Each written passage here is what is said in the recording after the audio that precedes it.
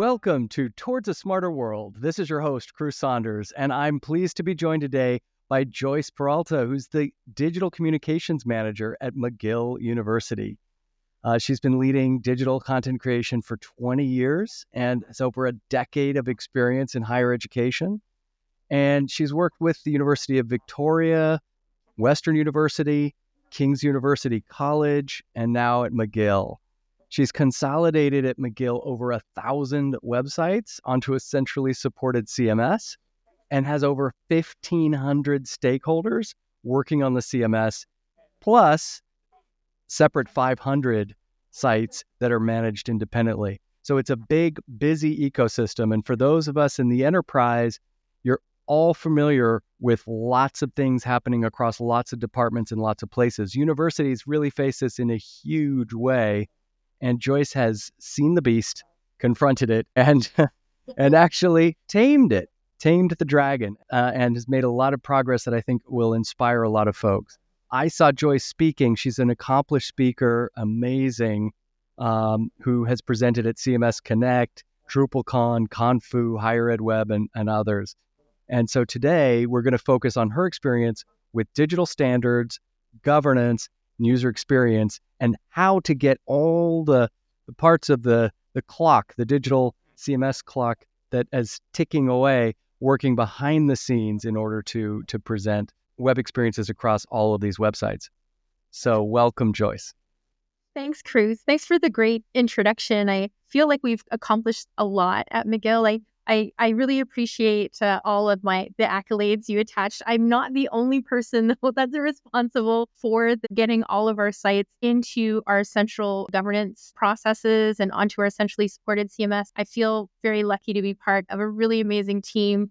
Part of the success, our success is that we work well together. And I think our tools and platforms facilitates that collaboration for us too. So yeah, I just wanted to send a shout out to all my teammates. We're a small team, but there are other people involved. Well, absolutely. Yeah. Team is really the only way to make the web work at all. And as we're proliferating into channels and all kinds of other aspects of digital experience, there's more and more teamwork needed because there's more and more skill sets and more kinds of stakeholders on every aspect of the digital life cycle. So it's very much a team process, and it takes a certain kind of center of gravity to help to catalyze teamwork. And so, of course, it's absolutely appropriate to bring everybody into that lens. And that's where I'd love to start, actually, is how does that lens get formed, that team that is actually creating a centralized function for digital operations when before the university had 1,000 websites going in 1,000 directions. Yeah. And now you need to build a community of practice. You need to build a centralized approach to content management. And different teams and departments have to work together and share standards and practices. So how did you get that going, right? This is a big hill to climb. So where did you start? How did you get ready for your journey? So I think that moment of initial inspiration for us was that we had hit rock bottom. Things were so bad and they couldn't really get any worse. We were in the middle of migration, the migration to Drupal 7 from Drupal 6. As usually happens in a migration project, it wasn't going very well. We'd put a freeze on releasing new features, so that didn't make our community very happy. The migration itself wasn't happening, and there was a lot of unhappiness in terms of what has become now our unified web team. So there was a lot of finger pointing and people trying to I could think push blame off onto other people in terms of why things weren't going well. It was so bad that an external provider was brought in to kind of help us come up with a plan to move forward. And the proposal was made to split our web environment into two, which would have resulted in a doubling of our infrastructure and our dev teams and all the resources that support our web service. And thankfully, instead of doing that, we launched a project to revamp our centrally supported CMS and the service that was attached to it, but doing that also gave us an opportunity to look at all the methodology and process that was attached to our web service. And that's where we started to think about, okay, how can we, as a university and as a web network, a large web network, get to a point where we're sharing a common understanding and a common, I think, commitment, having a common commitment to what makes a good website. And that's when we started to work together to really define what our standards are in terms of what we believe makes a good website. It helped us to be coordinated in terms of providing our central services, but it also gave our community, I think, a better understanding of what we were expecting from them in the building of their websites. So it's evolved now into a community of practice, but what it was in the beginning was us really needing to kind of pull our socks up and make sure that we had unified front in terms of everybody sharing an understanding of what it was we were trying to do when we were building websites. And that was because we were about to tear everything apart. Yeah, so a crisis is often something that brings teams together. It's very difficult, though, without some kind of senior sponsorship to kind of be able to rally everybody's attention, because, especially in department-led initiatives where there's lots of people who are reporting into their own individual departments, you've got, a coalition you're trying to create of attention. A crisis helps to get everybody looking in the same place, but then how do you get everybody going in the same direction? Is there common sponsorship that and senior staff that's helping to kind of show the way? So that event did coincide with a lot of new leadership coming on board. So the leadership who came on board at that time were interested in us working cross-departmentally and collaboratively. So that was definitely very helpful in terms of taking this step together, everybody being able to work together in a cohesive and positive way.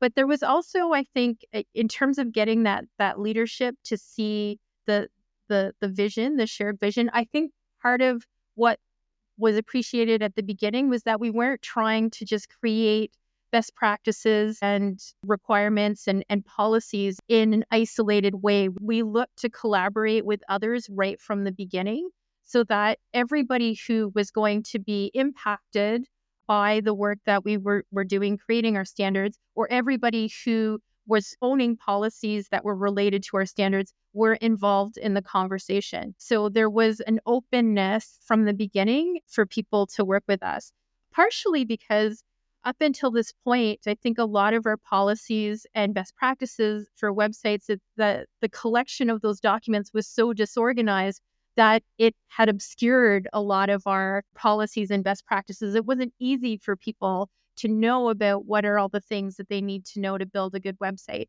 So in doing this project and trying to make our best practices and policies more digestible and visible, we were actually helping a lot of other departments across the university. So I'm hearing there was a kind of a top-down guiding light of a mandate towards unity, working across departments, working in a way that would eventually make things more coherent and cohesive across the university. So there was senior support, but there wasn't, I think the team, it's sounding like there wasn't a top-down, okay, so here's how we're going to do it. These are the standards, take them and run with them because this is how it's going to be. It sounded more like, okay, we're going to move towards a unification project. We're going to create unity out of disorder, some sort of harmony. And we're going to do that with everybody's input. So let's create a process by which everybody can be included.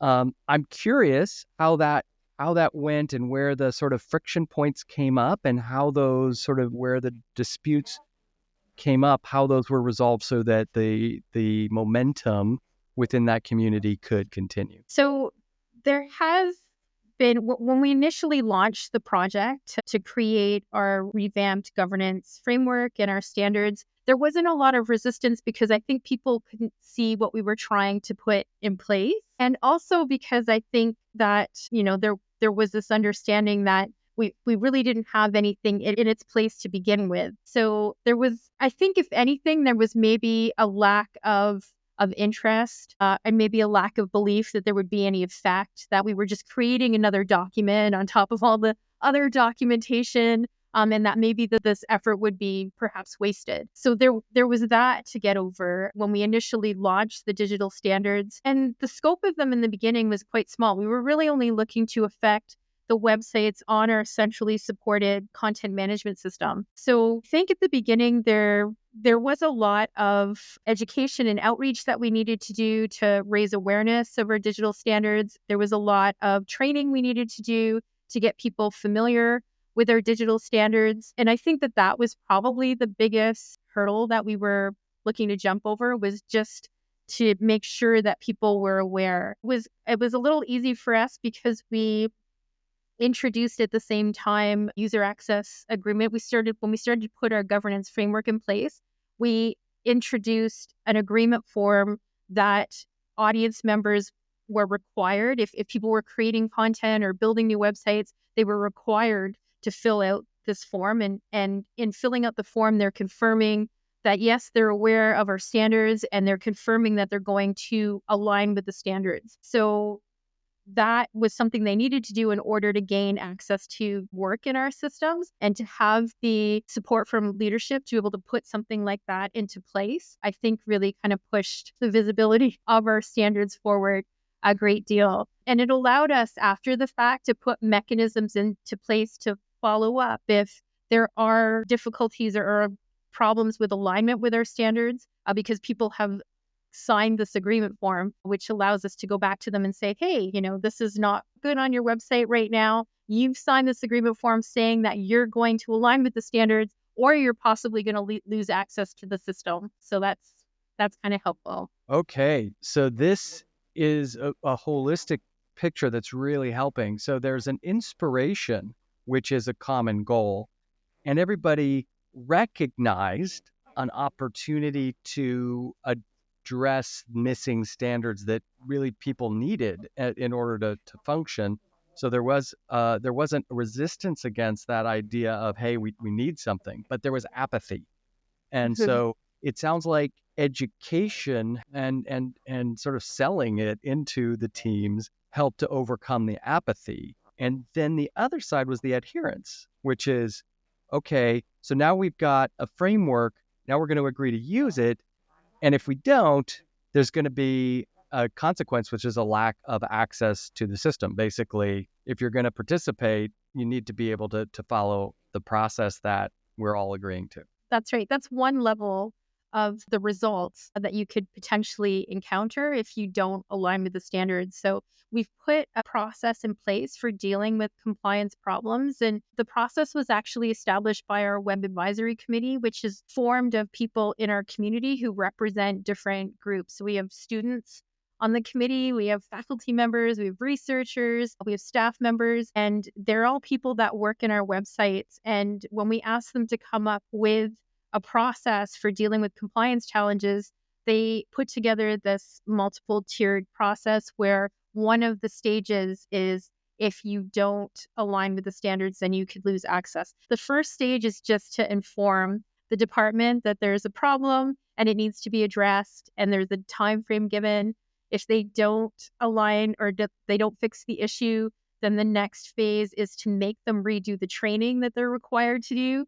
And then the third phase after that is the possibility of them losing access to the system. So it's not this quick, fix this now or you're going to lose access. There's actually a lead up to that where they're given time to address the issue. Okay.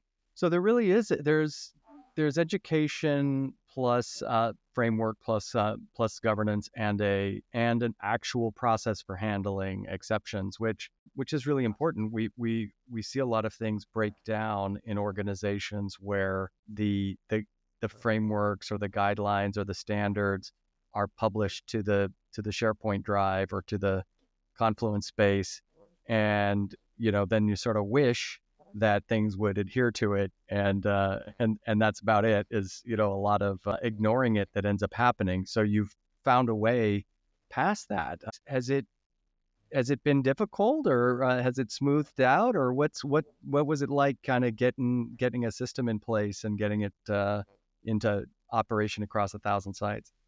I think the important thing about that method, the process for dealing with compliance challenges, is that it was created by it was peer generated.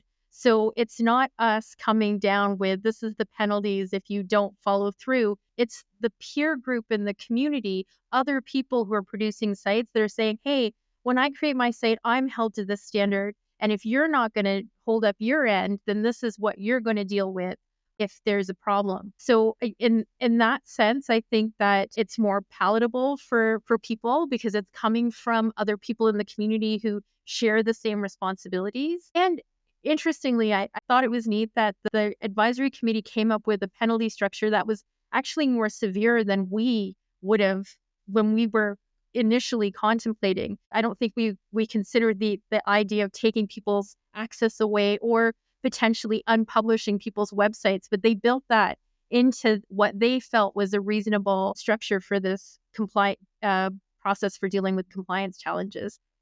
So yeah, kind of facilitating a mechanism for community self-governance, which I think is a good way to do it if you're going to consider taking people's content away. Yeah, when we've worked with organizations on creating content services organizations, which is a sort of centralized function of helping to manage strategy, engineering, and operations, one of the things that we talk about is a need to facilitate listening back in from the groups. And sounds like that's very much something that you've instituted as a way to, this larger committee, which is informing the process itself and reviewing, the compliance challenges as they're coming through. There's a question of how to balance.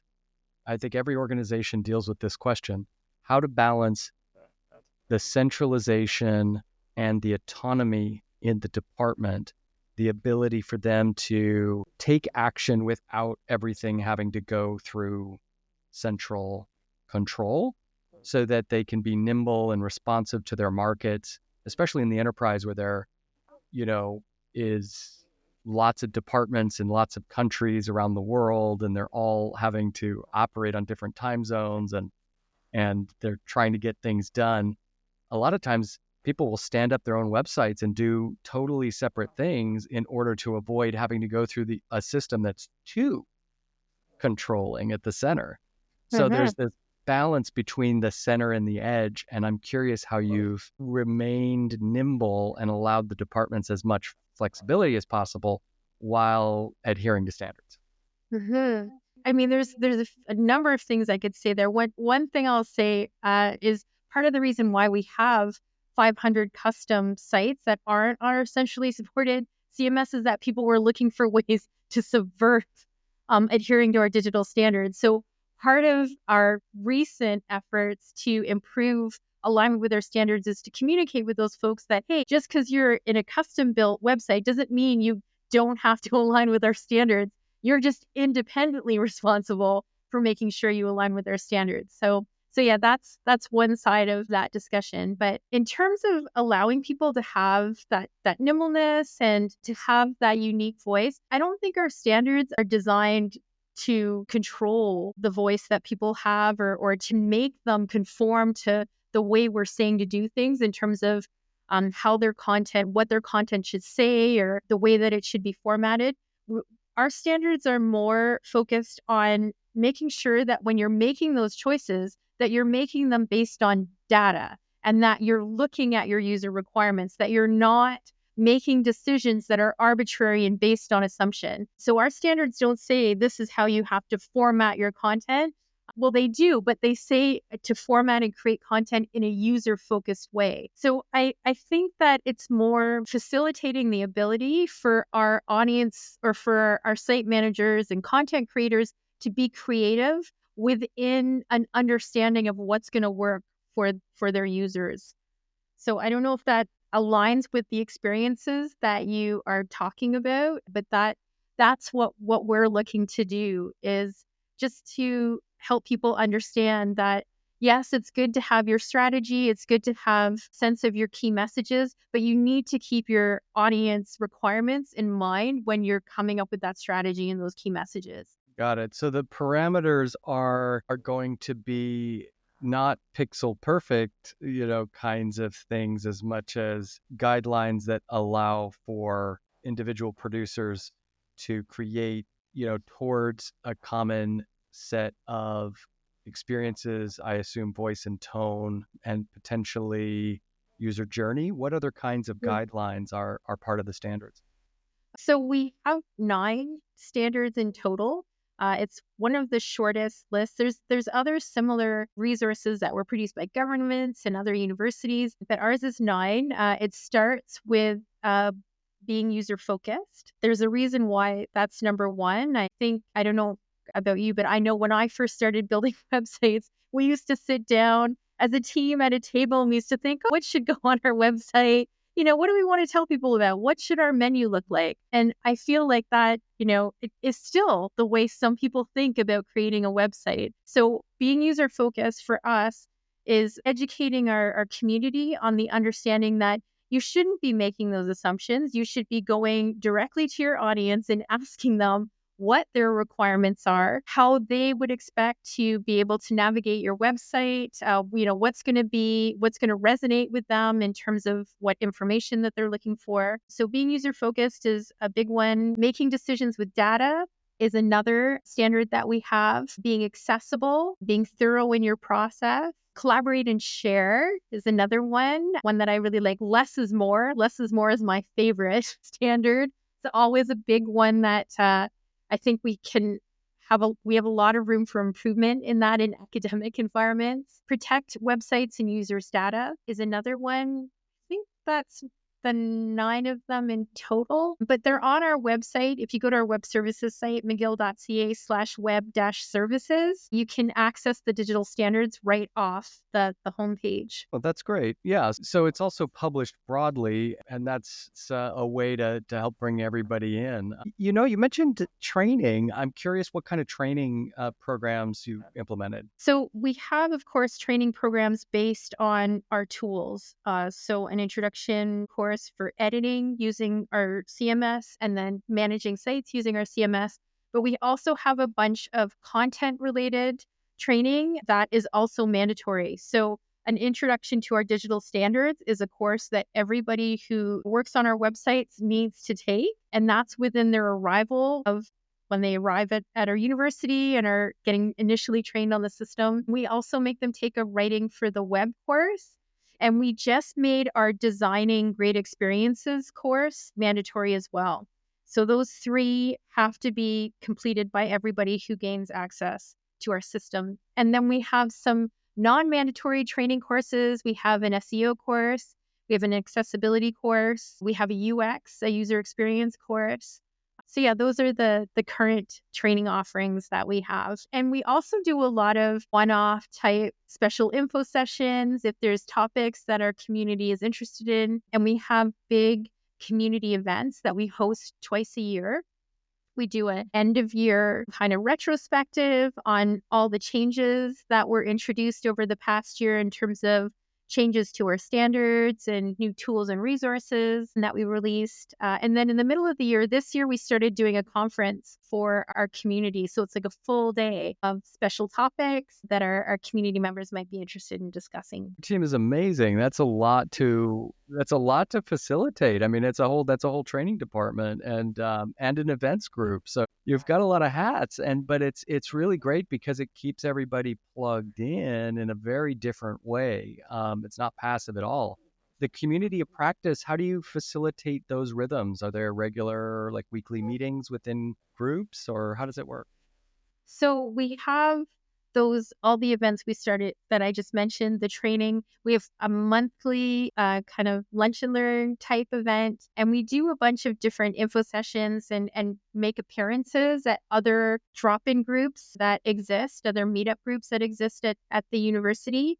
And it is a lot of effort that we put into these experiences, but on the other side, it's because we are hoping that as many people in our community as possible can self-serve and be independent in the creation of their websites, that we can trust that when they build their sites that they're going to be in alignment with what we are outlining as best practices and standards. And that way we don't have to handhold so many people through their projects, because we have too small a team to be able to help everybody in our community. So we need to make sure that the majority of people in our community are able to just move forward on their own without our input. Yeah, this is like the heartbeat of content operations is a shared culture and set of processes and frameworks, and to create unity, there's got to be some coherent way of communicating, and you've really cracked the code on getting that heartbeat functioning. I don't know how visible it is in many organizations. The content teams are often unrenowned. What are the metrics or outcomes you've been able to collect to help to demonstrate the value of content operations to senior leadership? I think one of the biggest ways that we've been able to convince people of our expertise and get them interested in working with us and listening to our messages is through the user experience type exercises that we initiate or participate in when we're helping people with their projects. So they allow us to not only be part of the development process of different applications and services, but they also allow people to understand the value of knowing what their user needs are and how their users will respond to whatever new tool they're developing or whatever new website that they're creating, that they're going to be able to launch a new site or a new service and it's going to be effective right off the get-go. They're not going to, going in an incorrect direction or building something that isn't going to be used, that right from the get-go, if they follow a thorough user experience or user research process and they work with us to do that they are going to have a tool or an application that can hit the ground running and be effective for their audience members. So I think that that's a big one. And there's other examples of how we've been able to improve usability as well. I think accessibility is another area where we've had a lot of success. Our department that supports students with disabilities in our community has come back to us multiple times to say that they can't remember the last time they received a report of a student that was having difficulty accessing one of their, and they have credited us with being instrumental in making that happen. So this type of feedback where people in our community are experiencing less barriers, that they're responding better to services, that, the projects are more, I think, efficient because they don't have to deal with an initial launch that is problematic. I think that all these things help stakeholders in our community understand the importance of the best practices that we outline. Yeah, I mean, it's really clear to me that your team is helping to facilitate the value of content assets investments. It's like instead of the content being done willy-nilly in a lot of different directions and not being able to drive common experience of students and faculty and staff and larger stakeholder groups, it's like you're creating an environment by which content is deployed in the most strategically aligned way, efficiently, effectively, with an impact to all these stakeholders' experiences while making it move faster. So it's improving velocity and impact and durability of the content assets, as well as effectiveness, strategic effectiveness of all of these investments that, when you're paying for 1,500 people to maintain content out there, like it's getting those people to sing against a common playbook and be able to effectively create experiences together. So you're really activating the entire value of that portfolio of human capital as well as the content capital. I'm impressed. I mean, it's not a perfect scenario. There's a lot of area, I think, where we have room for improvement. I think in terms of having that unified voice, our institution is still very siloed. A lot of institutions are. And I think we're making a lot of progress recently with that in the journey mapping projects that we're doing, because we're helping different departments better understand how they work together to support a single user journey. So those things are still siloed. For example, for our student audience, when they're completing certain tasks, like for a student registering for courses or identifying what program they want to enroll in, they have to navigate sometimes 5 or more different web properties that are managed by different teams.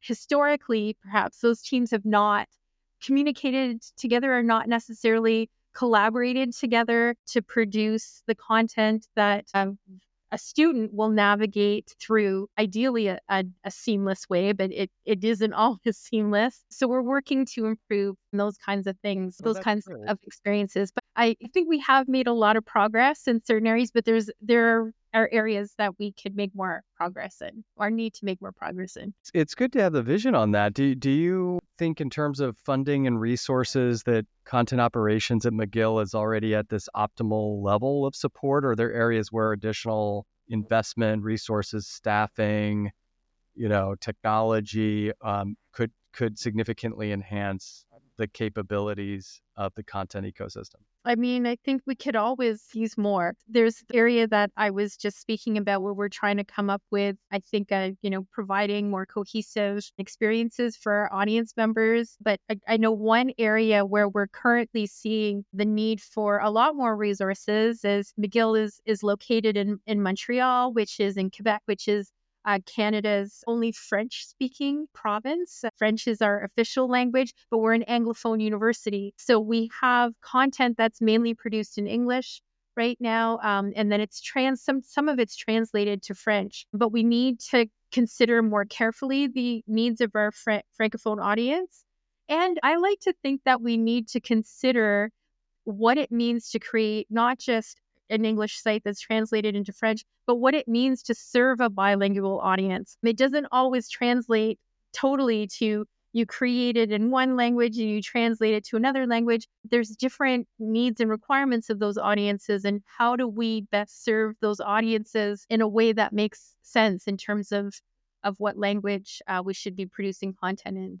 So yeah, I think we could definitely use more resources in that department, and I don't know. I just think there's always room for more. Okay, great. Yeah, there's a lot of frontiers to keep moving forward. I mean, I'm curious how you see the content ecosystem at McGill evolving in the future. There's a lot of talk about AI and generative, and there's always innovation happening in the market. And I'm just curious what you're seeing in terms of the evolution of content at McGill over the next coming years. Well, I feel like, in terms of all those things that we have to tackle and, all the ways that we could potentially grow, I think there's a lot of potential for AI to make those processes more efficient and make it easier for us to handle a larger capacity in terms of things that we do. For example, I think there's great opportunity for improvement. I'm experimenting a lot lately using AI for our user experience exercises and processing data and our user experiences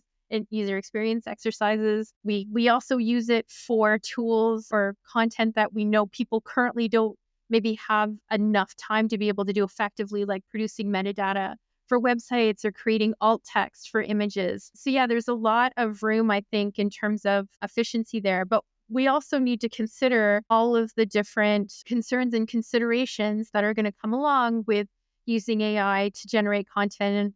And I do feel like in that sense, we're a little bit lucky because we have an existing content governance structure and we have existing content standards. And when I look at those standards, it's not like we're going to need to reinvent the wheel here. I feel like even content that's generated with Gen AI still needs to adhere to our digital standards. It needs to be accessible and inclusive.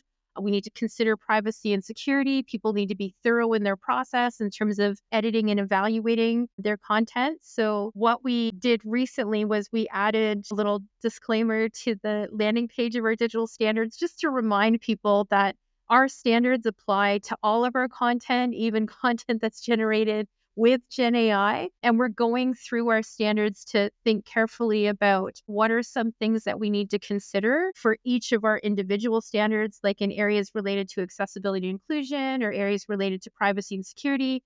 that are extra things we need to consider because people are creating content using Gen AI. So yeah, a lot of opportunity there, but also I think a moment for us to reconsider how our standards are going to be impacted by people using Gen AI. And also to consider, I thought it was really interesting at CMS Connect. I think it was Dries Bytart that mentioned, when all these changes and new developments in technology, we shouldn't just focus on what's going to be different, but we should think about what's going to stay the same. And I think that idea of, thinking about content from a perspective, from a more holistic perspective than just looking at it as Gen AI content is one of those ways that we can think about how it's going to stay the same. I don't want to think that we would create a separate set of guidelines just for Gen AI, because I feel like that kind of suggests that that's the only way we're going to create content.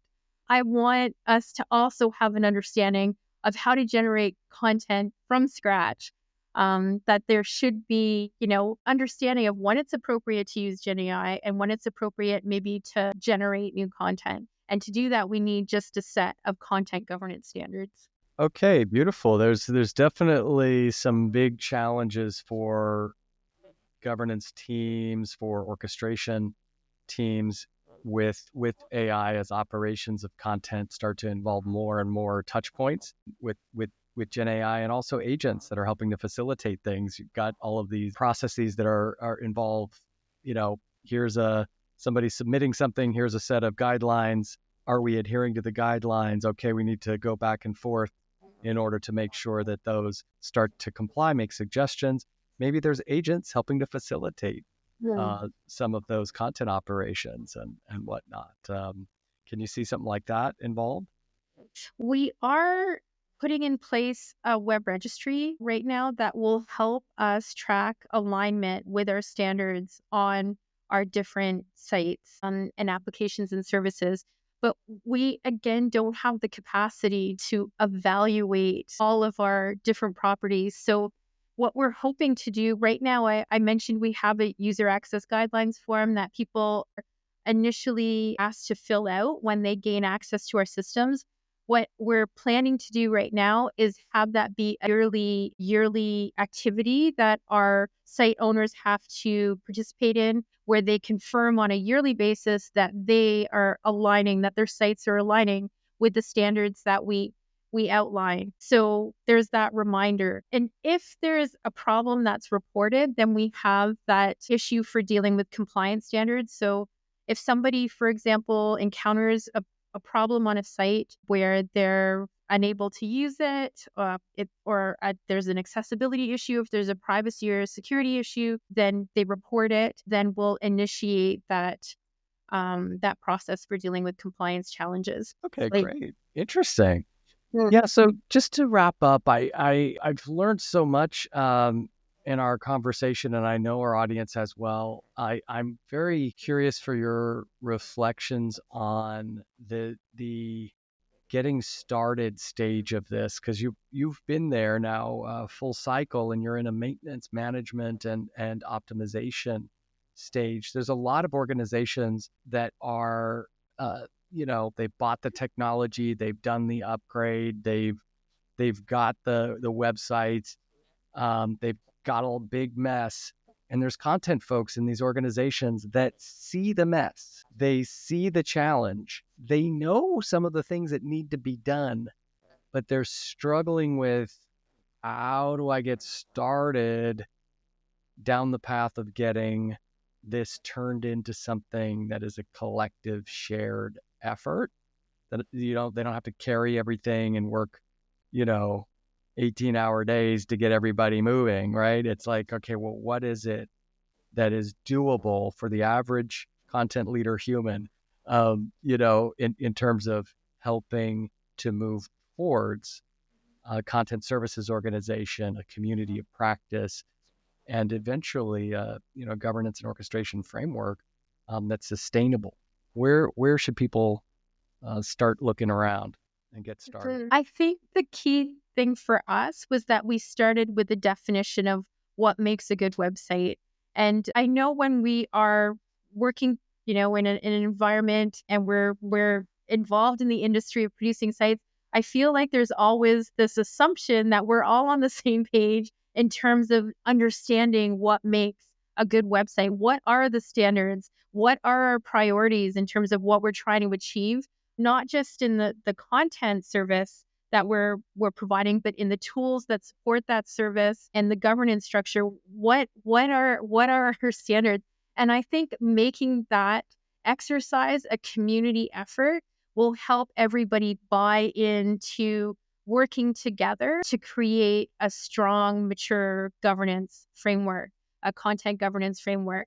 And will also kind of help get rid of, I think before we had a defined set of standards, there was a little bit of, I think, uncertainty about motivations and people's agendas that came along with us being maybe vague or ambiguous about what we thought our best practices was. So it'll help kind of get rid of any lingering trust issues there might be between your content providers or your content support folks and people that work in departments that support the tool and the governance structure. So yeah, that's my main, I think, recommendation, is to start by just defining what are the areas that are most important in terms of your standards, and to really define them, not just to say, oh, they have to be accessible, they have to be inclusive. What does that mean to you? What is important about them being accessible? What is important about them being inclusive? What are your main concerns with privacy and security? And come to a shared understanding of what each of those things means. Amazing. Well, thank you for including the resources to McGill's standards. I think that's a great starting point. Do people understand kind of what that looks like and how you break it down into the specific parts?